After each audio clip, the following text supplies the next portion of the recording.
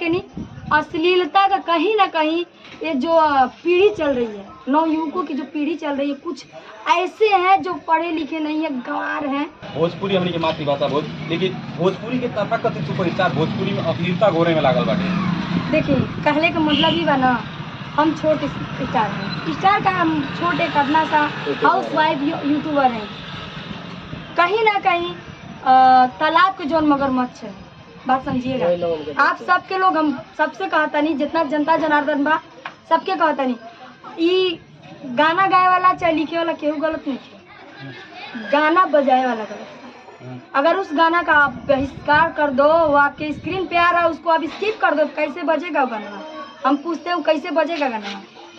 जो गाना आ रहा है माई पे आ रहा है, बहन पे आ रहा है, बेटी पे आ रहा है, माँ भगवती का गाना आ रहा है, वो आवता 1000 व्यूज 2000 व्यूज, यही आवता अब क्या बताएं, ज़्यादा कुछ कर दें तो आप लोग समझ सके नहीं। अश्लीलता का कहीं ना कहीं ये जो पीढ़ी चल रही है, नवयुवकों की जो पीढ़ी चल रही है, कुछ ऐसे हैं जो पढ़े लिखे नहीं है, गंवार हैं, समझ रहे हैं। ऐसे ही लोग जो दिमाग से मानसिक रूप से सही नहीं है, वो लोग इस चीज़ को बढ़ावा दे रहे हैं। संस्कारी आदमी इस चीज़ को बढ़ावा कभी नहीं देगा।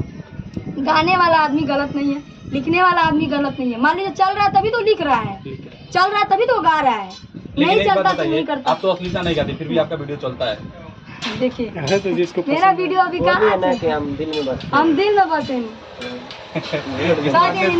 हम रोड में ना बजे, हम घर में बजे नहीं। एगो आपके लाइन बा, कैसन लगा तनी तनी करियो दा कमेंट। अरे कैसन लागो तानी तोनी करी लो कमेंट हो, बगल में खार बारे हमर सरवेंट हो।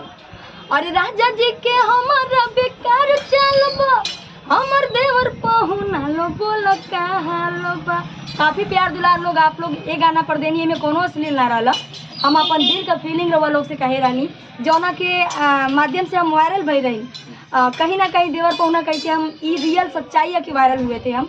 कहीं ना कहीं मेरे मन में कोई कुत्ता कमीना उस समय घुस गया होगा, समझ रहे हैं आप लोग, मतलब कोई भूत घुस गया होगा। हम किसी को गाली नहीं दे रहे हैं, हो सकता है हम ही पगला गए हों थोड़ी देर के लिए, तो उस समय हम गलत वो कर दिए थे। कौन है?